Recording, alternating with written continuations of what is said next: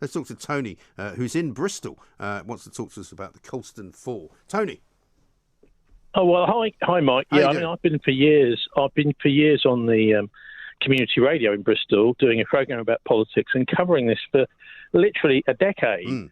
The whole business of who is Edward Colston. Yeah. I mean, he was a merchant venturer. This is the society which was set up to exploit the Americas.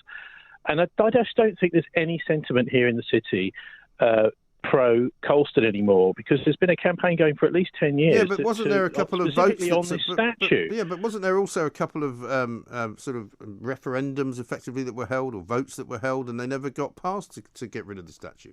Well, this is because of the city establishment, and Colston is a great, sort of emblem of the city establishment. We've got a thing called the Society of Merchant Venturers, which was set up in the 1500s to exploit the Americas.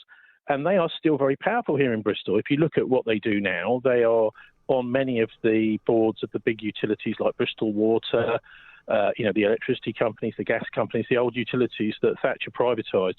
And it's just his role as a sort of emblem of the city, but also being one of the key rulers of the slave trade. The issue is not really whether he's a decent guy or a bad guy or anything like that. The point is that there were several attempts to remove the statue. They didn't succeed. These people then took it into their own hands to do something which was a breaking of the law.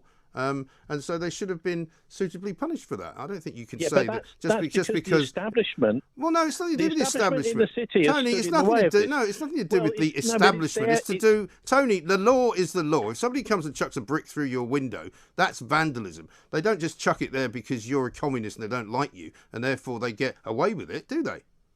But the merchants have a very powerful influence within the city council and within the courts here. Well, you have elections, right? You have elections, so you can put people into place. Theory. And the mayor of Bristol is certainly not a member of that organisation, is he? No, he's not. But maybe he would like to be. I think he's very close to. Well, he's very much in support. No, he's very much in support of the Colston 4, though. Well, that's right, but this is the way that they are manoeuvring. I think is to change some of the ways that the city's going on into the future, and to make it embrace more this multicultural idea. I mean, we've got Edmund Burke's statue, for example, here in Bristol. He was the one that said all that is necessary for the triumph of evil is for good men to do nothing, and we love Burke. We want to see his statue. So you're quite happy for that one to stay up then? Yeah, well, look, yes, but the thing is... well, what if I don't like Burke and I decide to want to take it down? Well, look... But that's what's happened here. There isn't what I'm saying here is that there isn't the sentiment in the city to get rid of Burke at all. That doesn't matter to me, though, because it might be offensive. Yeah, but hang on, it might be offensive to me, though. And I might be hurt by it, and it might be a hate crime every time I walk past it. How about that? Yeah, but what about this Society of Merchant Venturers? That's not the question. I'm asking you about Edmund Burke. Why can't I tear down that statue now and get away with it? Of course you can't, because why not? A jury would convict you, Mike. Why? That's why. Why would they? Because we love Burke. We don't. Oh, sorry, I didn't realise you all spoke with one voice, Tony. You speak with one voice in Bristol, do you? Well, I think there's also the issue of.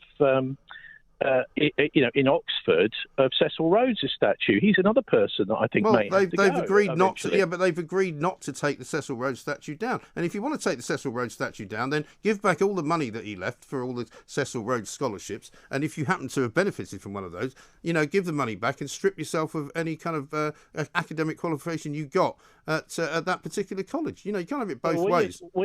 We as journalists are not allowed to scrutinise the Society of Merchant Venturers. The Privy Council are the only maybe you people should be a better journalist. Look at their get your hands on it, man. For heaven's sake, get some guerrilla journalism going on, and get some things that they. You don't just go to somebody, can I have that, and they go no, and that's the end of the story.